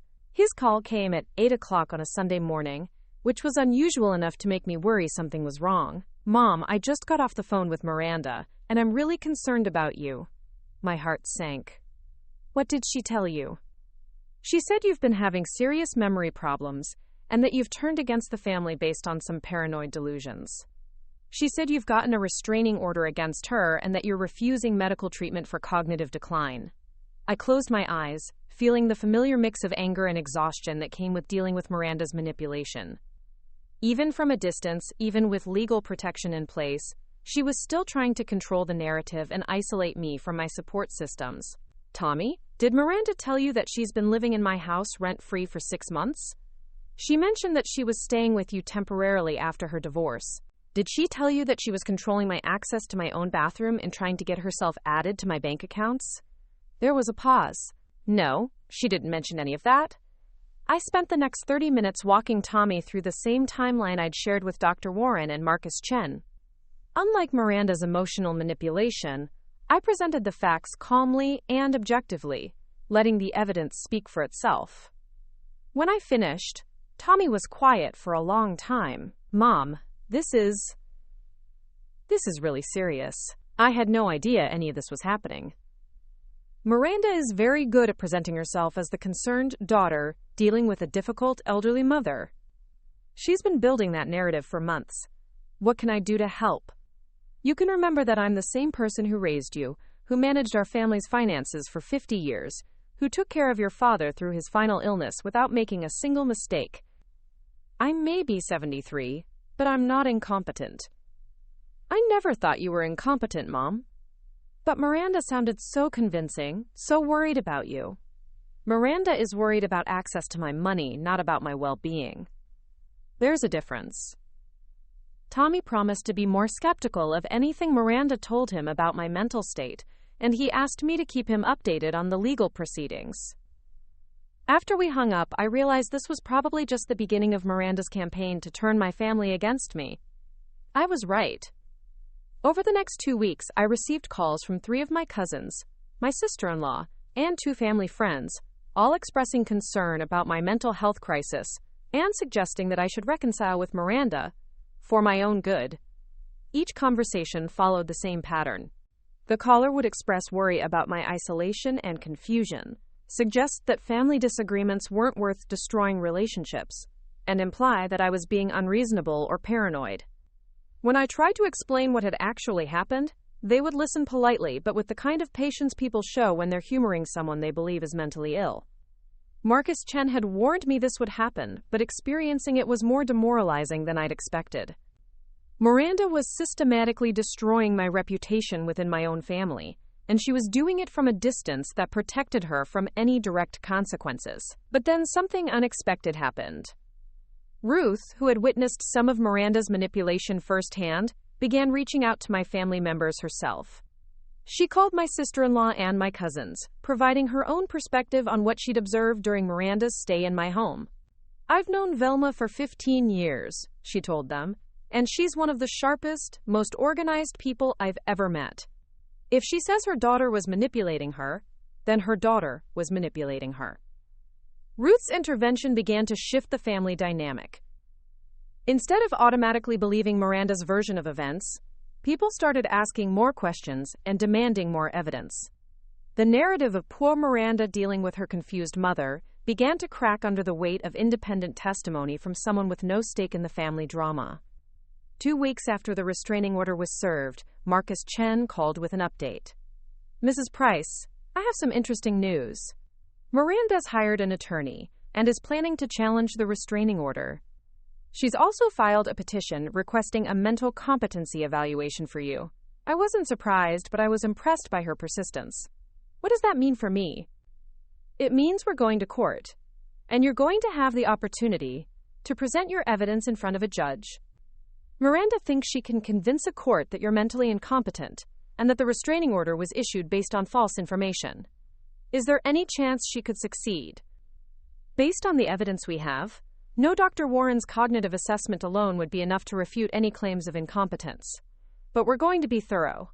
I'm arranging for you to undergo additional psychological evaluation by a court-appointed psychiatrist, just to remove any doubt about your mental state. She'd dressed conservatively and wore the same expression of concerned sadness she'd perfected during her months of manipulation. Marcus Chen and I sat at the defendant's table with our folders of evidence, ready to present our case that Miranda's petition was frivolous and that the restraining order should remain in place. Miranda's attorney spoke first, presenting the same narrative Miranda had been building for months. Velma Price was an elderly woman suffering from cognitive decline who had become paranoid and hostile toward her loving daughter. The restraining order was based on false accusations made by someone who was no longer capable of understanding her own best interests. As I listened to him speak, I marveled at how convincing the story sounded when presented by someone who believed it. Miranda had created such a detailed, consistent narrative that even skeptical people might be persuaded by its internal logic. Then Marcus Chen stood up to present our case. He began with Dr. Warren's cognitive assessment, then moved to Dr. Hendrick's forensic evaluation. 2 independent medical professionals had examined me thoroughly and concluded that my mental function was completely normal. Next, he presented the evidence of Miranda's manipulation, the bank inquiry about adding her to my accounts, the missing medications, the bathroom control tactics, the legal forms she'd prepared in advance, the timeline showing the escalation of her controlling behavior. Finally, he called Ruth as a witness. Ruth testified about what she'd observed during Miranda's stay in my home, including Miranda's habit of answering my phone and hovering during conversations, her apparent control over my daily routines, and the dramatic change in my demeanor after she moved out. When Ruth finished testifying, Judge Morrison looked directly at Miranda. "Ms. Price, I've heard testimony that you were attempting to gain access to your mother's financial accounts and that you had prepared guardianship documents before seeking medical evaluation of her competency. How do you respond to these allegations?" Miranda's attorney whispered something to her, then stood up. "Your Honor, my client was simply trying to help her mother manage increasingly complex financial responsibilities. The documents she prepared were precautionary measures in case professional evaluation determined that assistance was needed." Judge Morrison's expression suggested she found this explanation less than convincing. "Ms. Price, in your petition, you claim that your mother is suffering from paranoid delusions and memory problems. However, 2 independent medical evaluations have found no evidence of cognitive impairment. How do you explain this discrepancy?" Miranda looked flustered for the first time since the hearing began. "Your Honor, my mother can be very convincing when she wants to be. She's always been good at presenting herself well in professional situations. Are you suggesting that 2 medical professionals were fooled by an incompetent person who managed to fake normal cognitive function during extensive testing?" The question hung in the air like a challenge. Miranda's attorney conferred with her again, then stood up. "Your Honor, we believe that my client's mother may be experiencing early-stage dementia that manifests intermittently." Judge Morrison looked down at the medical reports in front of her. "Dr. Hendrick specifically tested for early-stage dementia and found no evidence of any cognitive decline. Your petition appears to be without merit." The judge's ruling was swift and decisive. Miranda's petition for competency evaluation was dismissed as frivolous. The restraining order would remain in place indefinitely. Miranda was ordered to pay court costs and attorney fees for both sides. But the most satisfying moment came when Judge Morrison addressed Miranda directly. "Ms. Price, the evidence presented in this courtroom suggests that you engaged in systematic manipulation and financial targeting of your elderly mother. This behavior constitutes elder abuse under state law. I'm referring this case to the district attorney's office for possible criminal prosecution." As we left the courthouse, Marcus Chen was clearly pleased with the outcome. "Mrs. Price, that was one of the most clear-cut elder abuse cases I've ever handled." The judge didn't just dismiss Miranda's petition. She essentially called it an attempted crime. "What happens now?" "Now you go home and live your life on your own terms. Miranda can't contact you, can't come near your home, and can't access your finances. If she violates the restraining order, she'll be arrested. If the district attorney decides to prosecute, she could face criminal charges for elder abuse. As I drove home from the courthouse, I felt a sense of completion I hadn't experienced in months. I'd started this journey as someone who was being systematically victimized by her own daughter. I was ending it as someone who had fought back successfully and established legal protections that would prevent it from happening again. The house felt different when I walked through the front door. It was quiet, but it was the peaceful quiet of a space that belonged entirely to me. There were no rules about bathroom usage, no one monitoring my conversations or questioning my decisions. No one building a case for my incompetence based on manufactured evidence. I made myself a cup of tea and sat in Harold's chair, looking out at the garden. I'd been too distracted to tend properly during Miranda's stay. Tomorrow, I would start replanting the vegetable beds. Next week, I would call some old friends I hadn't spoken to in months. Next month, I would take the trip to visit Tommy that I'd been postponing since October. But tonight, I was simply going to sit in my own living room, in my own house, making my own decisions about how to spend my time. At 73 years old, I'd learned that independence isn't something you lose gradually as you age. It's something you have to fight to keep when people try to take it away from you. Miranda had thought my age made me vulnerable, made me an easy target for manipulation and control. She'd discovered instead that experience can be a powerful weapon, and that underestimating someone based on their age is a dangerous mistake. I never heard from Miranda again directly, though Marcus Chen informed me that the district attorney had decided to prosecute her for elder abuse. She pleaded guilty to a reduced charge and received probation, community service, and mandatory counseling for financial exploitation of vulnerable adults. 6 months later, I learned from Tommy that Miranda had moved to another state and was living with a man she'd met online. I hoped, for his sake, that he was better at recognizing manipulation than I had been. As for me, I was living exactly the life I'd chosen for myself. Independent, secure, and surrounded by people who valued my judgment, rather than questioning my competence. I'd learned that being a strong woman doesn't end when you turn 70. Sometimes, it's just getting started. The morning sun streamed through my kitchen window as I watered the herbs growing on the windowsill, a small garden project I'd started in the spring after Miranda left. Basil, rosemary, and thyme thrived in their ceramic pots, filling the room with the scent of growth and renewal. It was a Wednesday in late October, exactly 1 year since Miranda had first moved back into my house with her suitcases and her sob story about needing just a few months to get back on her feet. The irony wasn't lost on me that I was marking this anniversary by preparing breakfast for a houseguest of my own choosing. Dr. Margaret Walsh, a retired literature professor from the university, had been staying with me for the past 3 weeks while she recovered from hip replacement surgery. Unlike Miranda's invasion of my space, Margaret's presence had been negotiated, planned, and mutually beneficial from the start. Margaret appeared in the kitchen doorway using her walker, dressed in a cheerful yellow robe, and wearing the kind of smile that comes from a good night's sleep in a comfortable bed. "Velma, you didn't have to get up early to make breakfast. I could have managed something simple." "Nonsense," I said, flipping the eggs I'd been cooking. "Besides, I enjoy the company. It's nice to have someone to talk to over coffee who isn't trying to assess my mental competency." Margaret laughed, settling carefully into the chair I'd positioned for her near the stove. We'd met through the volunteer program at the library, where I'd been reading to elderly patrons since the spring. When Margaret mentioned needing temporary housing during her recovery, I'd offered my guest room without hesitation. The arrangement had worked beautifully for both of us. "Any word from your attorney about the final court paperwork?" Margaret asked, accepting the plate I handed her.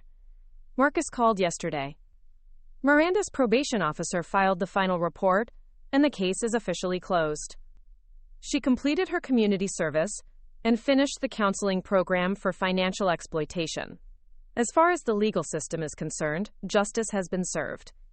"And how do you feel about that?" I considered the question while I poured coffee for both of us. I feel like I learned something important about the difference between justice and closure. The legal system can protect me from future attempts at manipulation, but it can't undo the months I spent doubting my own perceptions or restore the relationship I thought I had with my daughter. Margaret nodded thoughtfully. Grief is complicated when the person you're mourning is still alive but has revealed themselves to be someone you never really knew. That observation stayed with me as I went about my morning routine. Margaret's insight was precisely what had made her such wonderful company. She understood complex emotions without trying to fix them or minimize them. Unlike Miranda, who had viewed every conversation as an opportunity to gather evidence of my declining capabilities, Margaret engaged with my thoughts as if they had value and validity. After breakfast, I helped Margaret with her physical therapy exercises, then settled into my home office to work on a project that had been occupying my attention for several months. I was writing a guide for elderly people who suspected they were being financially exploited by family members. Based on my own experience and the research I'd done during my legal battle with Miranda, Marcus Chen had suggested the project after receiving inquiries from other attorneys handling similar cases. Many of their elderly clients had recognized patterns in my story that matched their own experiences, and they wanted practical advice about documenting manipulation, protecting assets, and navigating family dynamics when abuse came from trusted relatives. The guide was nearly finished, and I planned to make it available through elder services organizations and legal aid societies. If my ordeal with Miranda could help other people recognize and respond to financial exploitation, then something positive would have emerged from those difficult months. My phone rang while I was reviewing a section about recognizing early warning signs of financial manipulation. The caller ID showed a number I didn't recognize, which immediately put me on alert. Since the restraining order had been issued, I'd become more cautious about unknown callers, knowing that Miranda might try to contact me indirectly through friends or new phone numbers. Hello? Mrs. Price? This is Detective Sarah Martinez with the Millbrook Heights Police Department. I'm calling about a case involving your daughter, Miranda. My stomach clenched. Is she in violation of the restraining order? No, ma'am. We're investigating a complaint filed against her by an elderly gentleman named Robert Chen. The circumstances are very similar to what we have on record regarding your case with her. I sat down heavily in my desk chair. She's doing it again? It appears so. Mr. Chen is 81 years old, and he met your daughter through an online dating site 3 months ago. She moved in with him 6 weeks ago, supposedly to help him recover from a recent surgery. Last week, he discovered that she'd been forging his signature on financial documents and had attempted to add herself to his bank accounts. The familiar pattern made my blood run cold. Miranda hadn't learned anything from her conviction for elder abuse. She'd simply moved to a different state and found a new victim to target. What can I do to help? I asked. Mr. Chen's attorney has requested copies of the documentation from your case. Apparently, the manipulation tactics are nearly identical. We're hoping your experience might help us build a stronger case against her. I spent the next hour on the phone with Detective Martinez, sharing everything I'd learned about Miranda's methods and providing contact information for Marcus Chen, Dr. Warren, and Dr. Hendricks. By the time I hung up, I felt both angry and deeply sad. Angry that Miranda was victimizing another elderly person, using the same systematic manipulation she'd practiced on me. Sad that she'd apparently learned nothing from the consequences of her actions and was continuing down a path that would inevitably destroy any chance of redemption or family reconciliation. Margaret found me sitting in my office staring out the window, lost in thought about the phone call from Detective Martinez. Bad news? She asked gently. I told her about Miranda's new victim and the investigation that was underway. Margaret listened with the kind of focused attention that comes from someone who understands the complexity of family betrayal. I'm not surprised, Margaret said when I finished. People who engage in that kind of systematic manipulation don't usually reform themselves just because they get caught once. They typically just get better at hiding their behavior or find more vulnerable targets. I keep wondering if there was something I could have done differently, some way I could have reached her before she went so far down this path. Margaret shook her head firmly. Velma, you can't save someone from choices they're determined to make. Miranda is an adult who decided to prey on vulnerable elderly people for financial gain. That's not a momentary lapse in judgment. That's a pattern of behavior that reflects her fundamental values and character. But she's still my daughter. And you're still a loving mother who tried to help her when she needed it. The fact that she chose to exploit your love and generosity says nothing about your worth as a parent, and everything about her moral bankruptcy. Margaret's words were harsh but accurate.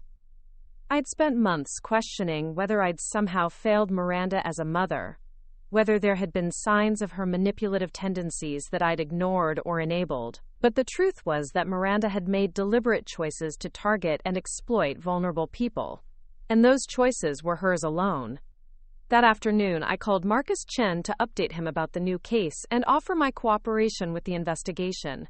He was pleased but not surprised by the development. Unfortunately, Mrs. Price, repeat offenses are common in financial exploitation cases. Many perpetrators view elderly victims as renewable resources. They move from one target to another, often across state lines to avoid detection. Will this new case affect my restraining order? It should actually strengthen your protections. A pattern of repeat offenses demonstrates that Miranda poses an ongoing threat to elderly individuals, which courts take very seriously. I'll make sure the new investigators have access to all our documentation. That evening, Margaret and I sat on my back porch drinking tea and watching the last of the autumn leaves fall from the oak tree that dominated my backyard. The air was crisp with the promise of winter, and the garden I'd replanted in the spring was settling into dormancy for the cold months ahead. I've been thinking about what you said earlier, Margaret mused, about the difference between justice and closure. Do you think you'll ever achieve closure with Miranda? I considered the question carefully. I think closure might be the wrong goal. Closure implies that something is finished, resolved, put to rest. But Miranda's still out there, still making choices that affect other people's lives. As long as she continues to prey on vulnerable elderly people, the story isn't really closed. So what is the goal? Acceptance, maybe. Accepting that the daughter I thought I raised never really existed, or if she did, she's been replaced by someone I don't recognize and can't help. Accepting that I can't control her choices, but I can control how I respond to them. Margaret nodded approvingly. That sounds like wisdom born of experience.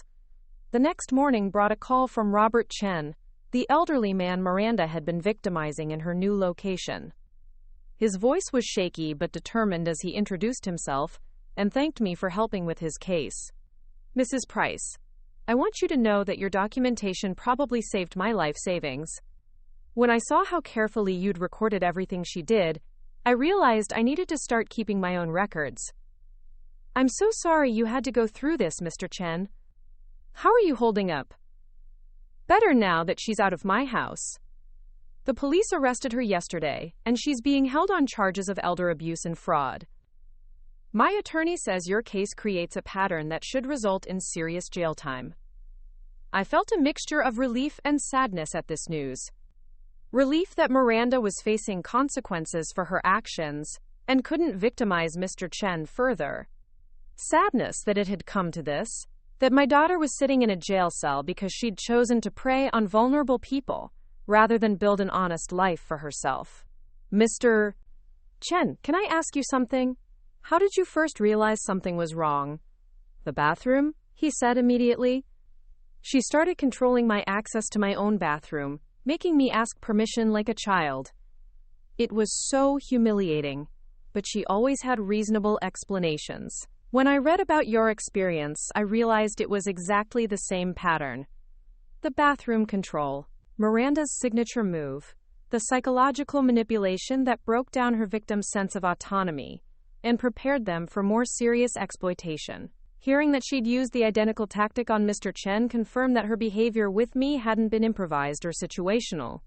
It was a calculated strategy she'd developed and refined. I'm writing a guide for people who might be experiencing financial exploitation, I told him. Would you be willing to share your experience? It might help other people recognize the warning signs earlier. Absolutely. If my humiliation can prevent someone else from going through this, then something good will come of it. After I hung up, I returned to my writing project with renewed purpose. Mr. Chen's case had provided additional confirmation of Miranda's methods and demonstrated the importance of early recognition and documentation of abuse. I spent the rest of the morning adding a new section to my guide about bathroom control as a manipulation tactic. It seemed like such a specific and bizarre form of abuse that people might dismiss it as unimportant.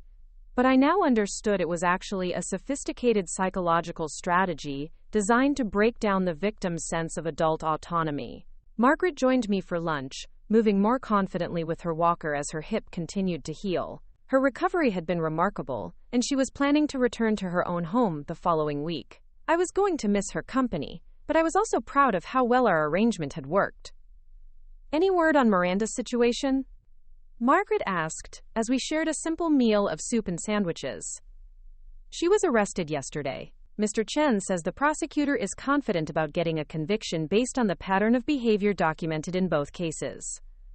"How do you feel about that?" "Honestly, relieved. Every day she was free to continue targeting elderly people was another day someone else might suffer what Mr. Chen and I went through. At least in jail, she can't hurt anyone else." Margaret studied my face carefully. "But you're sad too." "I'm sad for the person I thought she was. I'm sad for the relationship I believed we had.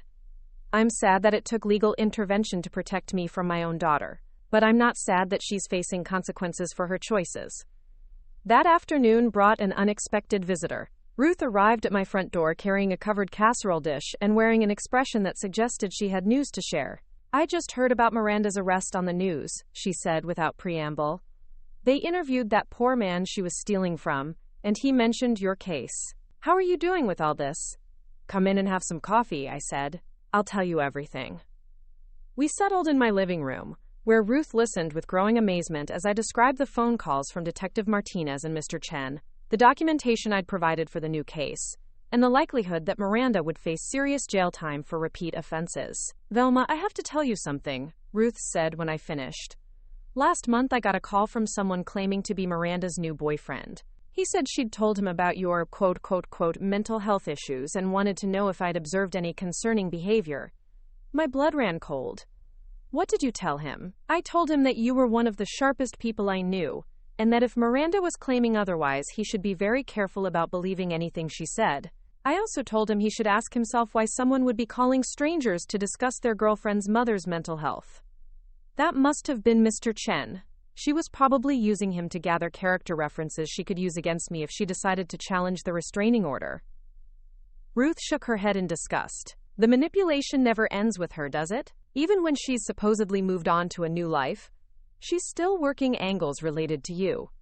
That observation stayed with me for the rest of the day. Miranda hadn't just been targeting Mr. Chen for financial exploitation.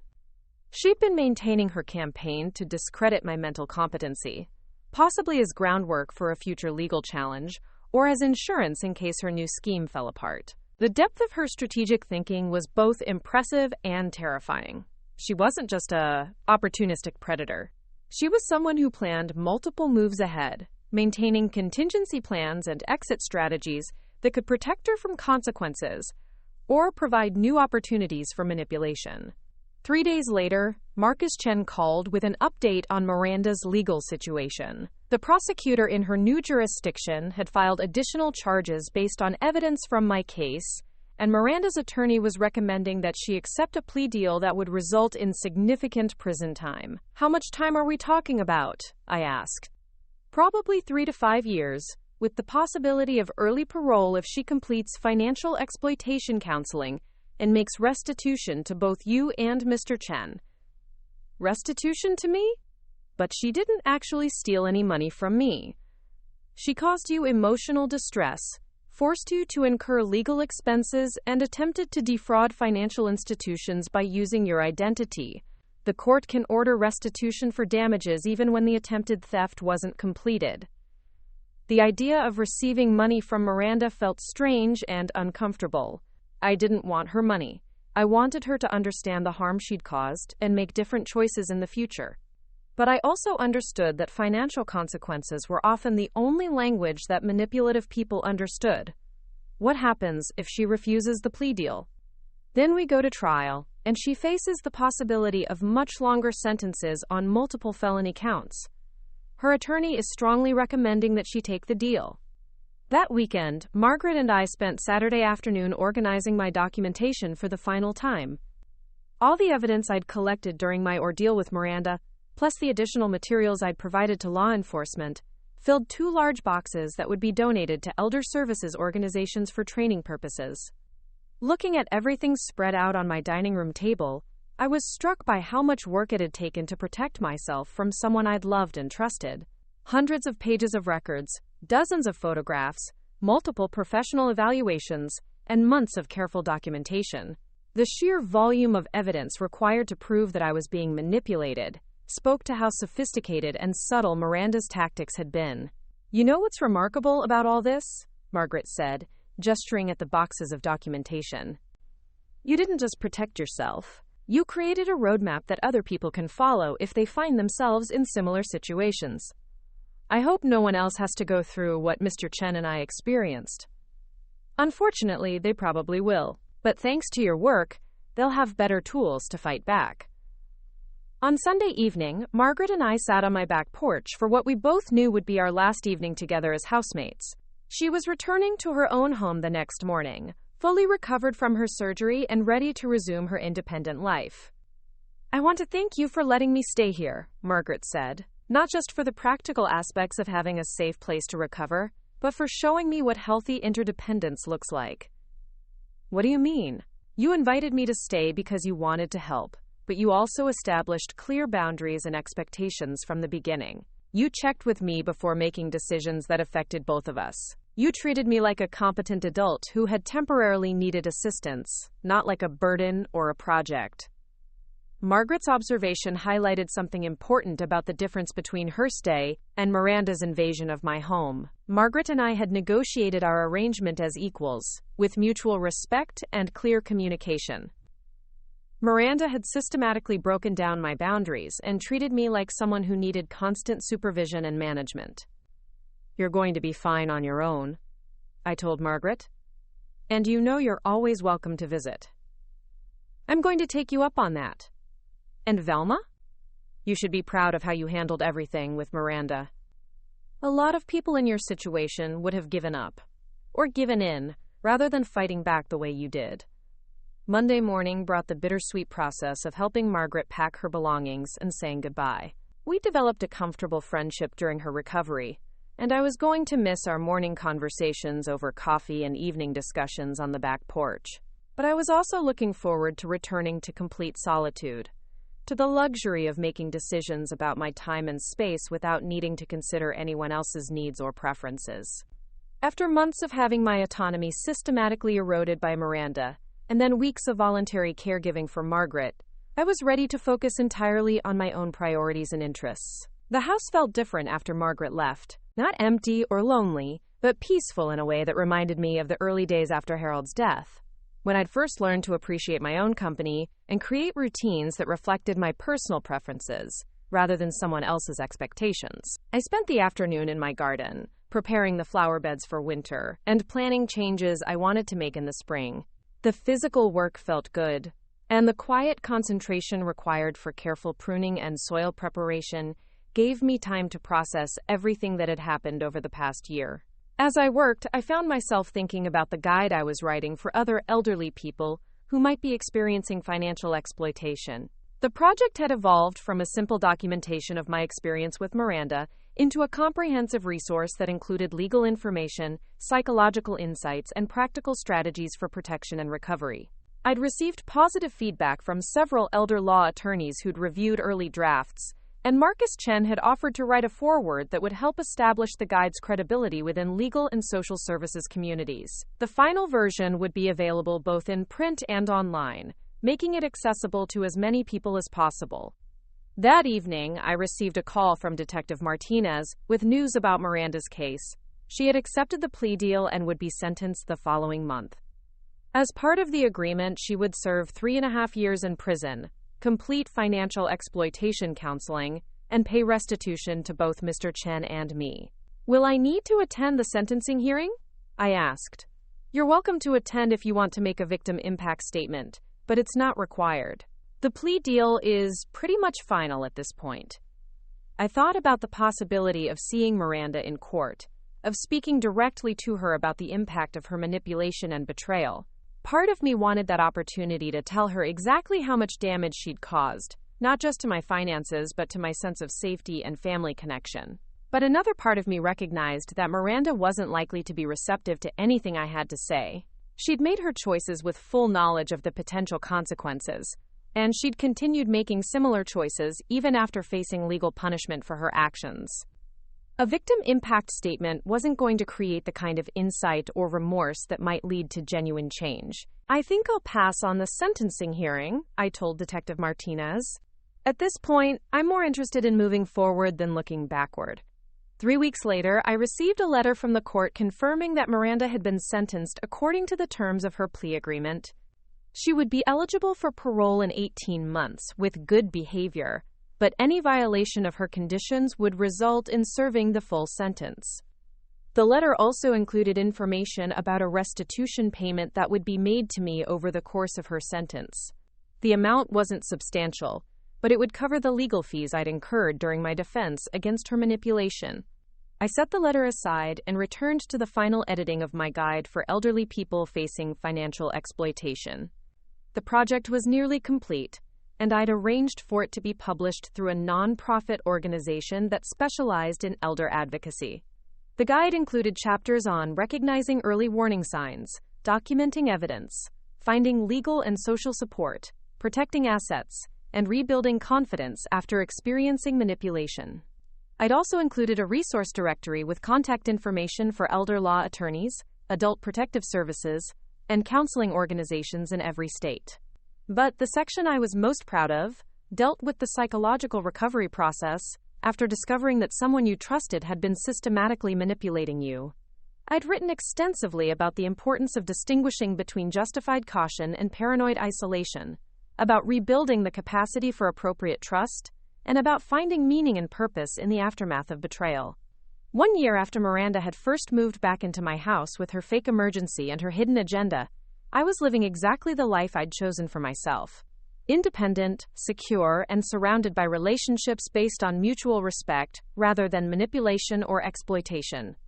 I'd learned that strength doesn't diminish with age, that experience can be a powerful weapon against manipulation, and that it's never too late to stand up for yourself when someone tries to reduce you to less than you are.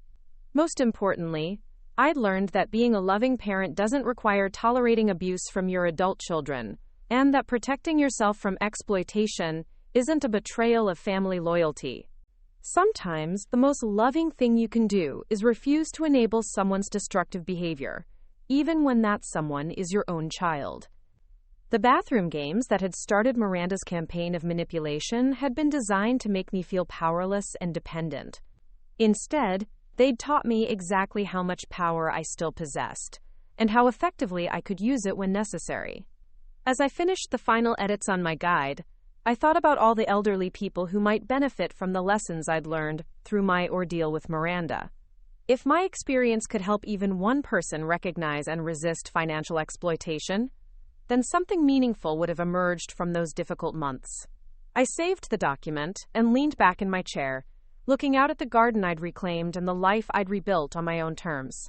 Tomorrow, I would submit the guide for publication. Next week, I would start volunteering at the elder law clinic that Marcus Chen had recommended. Next month, I would take the trip to visit Tommy that I'd been planning since summer. But tonight, I was simply going to sit in my own living room in my own house, making my own decisions about how to spend my time. At 74 years old, I'd never felt more capable, more confident, or more in control of my own destiny. The bathroom door stood open, welcoming and accessible, a symbol of the autonomy I'd fought to preserve, and the independence I'd refused to surrender. Miranda had tried to make me beg for basic dignity, but she'd ended up teaching me that I was stronger than either of us had realized. Some lessons are worth the price you pay to learn them, even when the teacher is someone you wish you'd never had to encounter. Up next, you've got 2 more standout stories right on your screen. If this one hit the mark, you won't want to pass these up. Just click and check them out.